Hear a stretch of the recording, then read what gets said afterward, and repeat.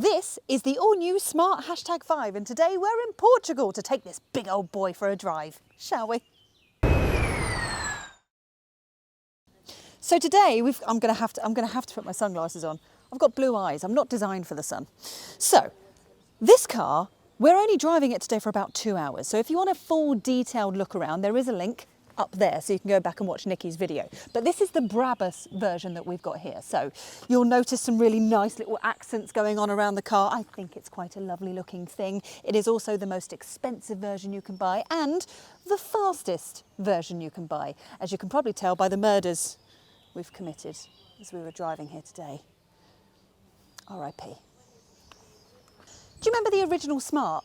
Back when they were solving the problems of tiny cars in little cities and then they were so diddy that you could park them nose in. Yeah, they've decided to do the complete opposite now. Because I mean, the original Smart was around 254 centimetres long. This is basically double that. You can get double of those Smarts that fits within this one Smart, which I find quite a weird thing. So the brand is quite an interesting thing. You think of a smart car, you instantly think of that tiny little diddy thing. And I know that Mini Cooper did it, and now they've done the Countryman and the Aceman, etc. But I don't know if the brand awareness of smart was kind of enough to then turn it into a big thing. So now this feels like a whole new brand compared to how we've known it. Does that make sense? You know what I mean? So the company is now technically owned by Mercedes and it builds smarts in a joint venture with Geely, who also own Volvo, Lotus and Polestar. So it's basically a Mercedes design with bits of Volvos and stuff underneath, just in case a lot of bits look familiar. So while yes, it is kind of part Mercedes, part Volvo, part everything else, there's loads of nods to smart. I mean, it's written in all of the door handles, big logo there, it's written in the lights there, it's obviously loads along the lights at the front, and then you've got written down the front, written down the back as well. The boot itself, I think is quite nice. The rear end, I am a fan of a box. I quite like a box, and it does look very nice. Now you may be wondering, how on earth do you open the boot? Is it one of these? Are these handles? No. Is it a handle there? No. Is it underneath there? No. What you've got to do is put your finger in the A-hole.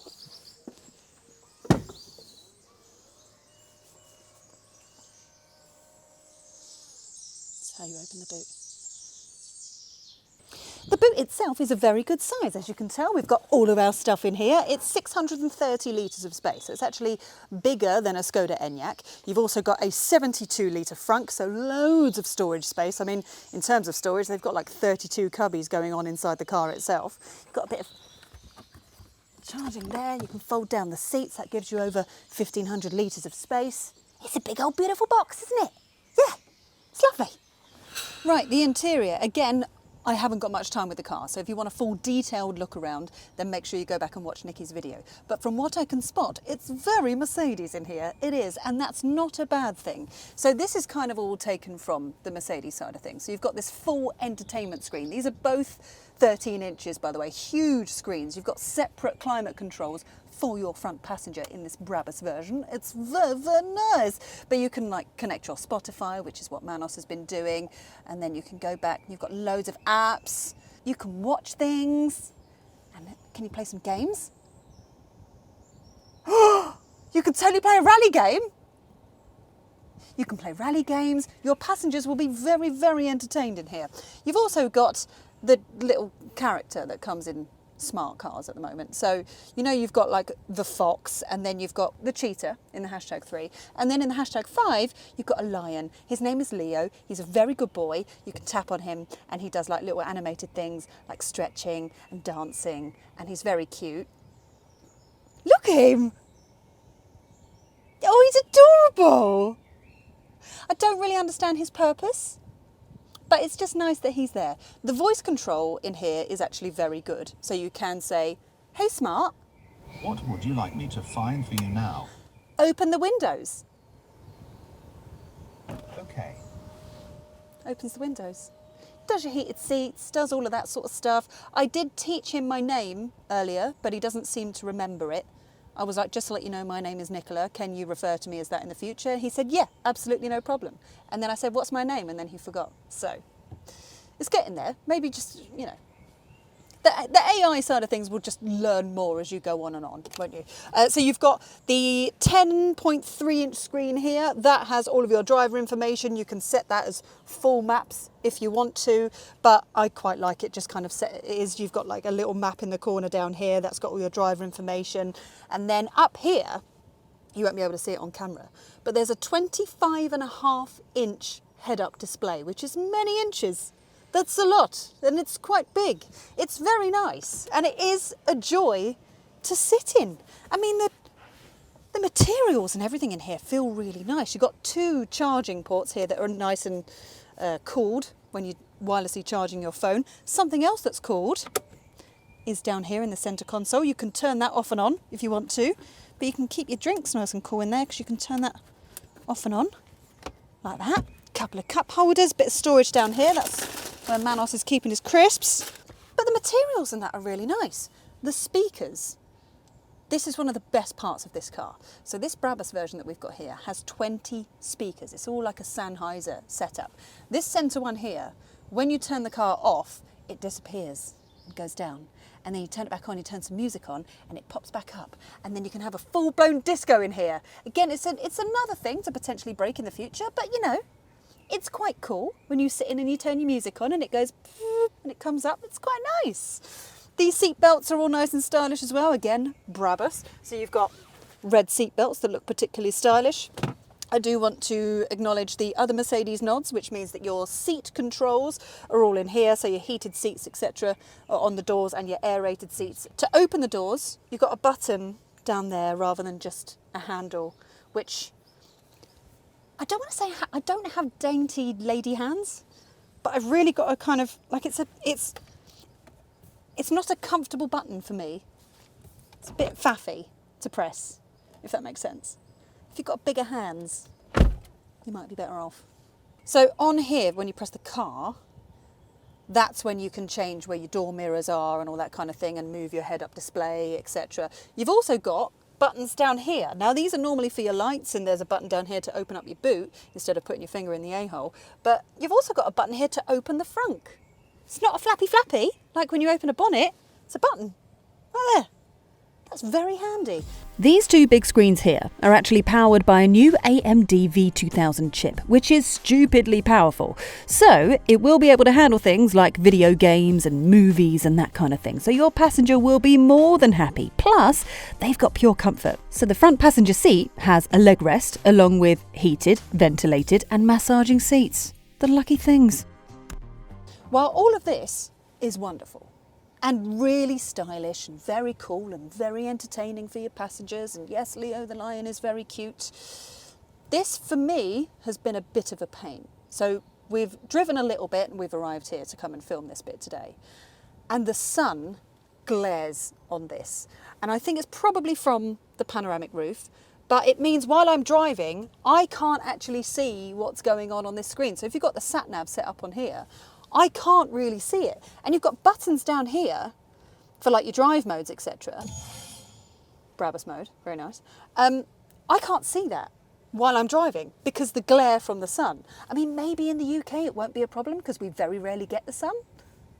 But that's been an issue for me. I would rather have this particular screen, this one, slightly tilted towards the driver, and then the glare won't be as bad. But that was the first thing I noticed as soon as I started driving this car, is that it just gets very bright and I can't see what's going on. So just a little heads up. This is insane back here. That's my driving position, that seat. I'm 5'6.5", 169 centimetres. Look at this! This is a big car. The old little Smart is no more. Look at the space you've got back here. And it feels so airy and really nice back here because of the panoramic roof. Can you move them? You can. Oh, that is really satisfying. Also, having teeny tiny headrests means that visibility back here is insane. It feels so airy and spacious. Easily done. Bit of storage in there. Feels really nice. Cup holders there. Lovely. Couple of charge ports there. USB-Cs. What's in there? Bit of storage. Oh, that's one. I never really like them. I'd rather it just be a normal material pocket. I probably won't use it, to be fair. Teeny tiny door bins, and again, the very difficult buttons for my dainty lady hands. But again, like a Mercedes, seat controls here. Yeah, because you can move them. Can you? Yeah, you can. I'm sure you can. Yeah.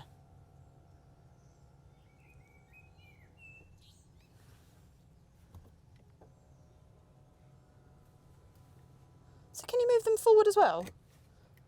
No, it's just there to look nice. Heated seats though, so that's nice. That's bugged me. The rest of it's nice though. Want to see something satisfying?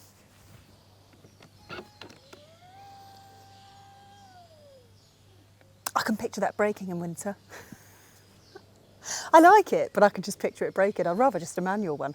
But this is where the magic happens when it comes to this car. So it's got 800 volt architecture built within it, which means stupidly fast charging. Now, this has got the bigger battery. We've got a 94 kilowatt hour usable battery. You can also get a 74 if you want to, but we've got the bigger battery. And it can charge from 10 to 80% in 18 minutes. Fun fact, me and Manos actually arrived late last night, but yesterday, all of the other car journos who are here had to stand there for 18 minutes to watch the car charge. And it did it. But they just got a bit bored waiting for it, but quite pleased I missed that. But I know that it can do it. That's so gonna break in winter. This video is brought to you with Andersen EV, the UK's most awarded home charge point brand of 2024. Offering over 200 colour and finish options, a market-leading 7-year warranty and a unique hidden tethered cable. Right, here we go then. Let's take it for a nice little drive. I currently have it in Brabus mode. Why? Because I can. So, because this is the only version I can do that in. Did you know? There are so many different versions of this car that you can get. In my humble opinion, too many versions. So let's start with the Pro, the entry level, if you will. So that has 340 horsepower. We've been told, we don't have official pricing yet, but we've been told that will start at around £40,000. That is single motor only. Then you've got the Pro Plus and the Premium. Now both of those have 363 horsepower, again single motor only. And then you move up to the Pulse and the Summit and the Brabus. Now all of those are dual motor, and the Pulse and the Summit are 588 horsepower and the Brabus is 646. That's a lot of numbers. It's a lot of things to remember as a car presenter. My brain feels like it's going to melt. That's too many things. That's too many options. I have been told, in terms of pricing, that the Brabus, the version that we've got here, will be over £50,000. That's all I know.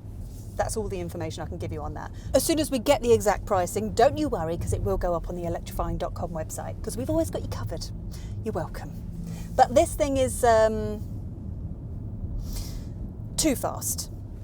Too fast for the size of this car. It's big. It does feel big when you're driving it.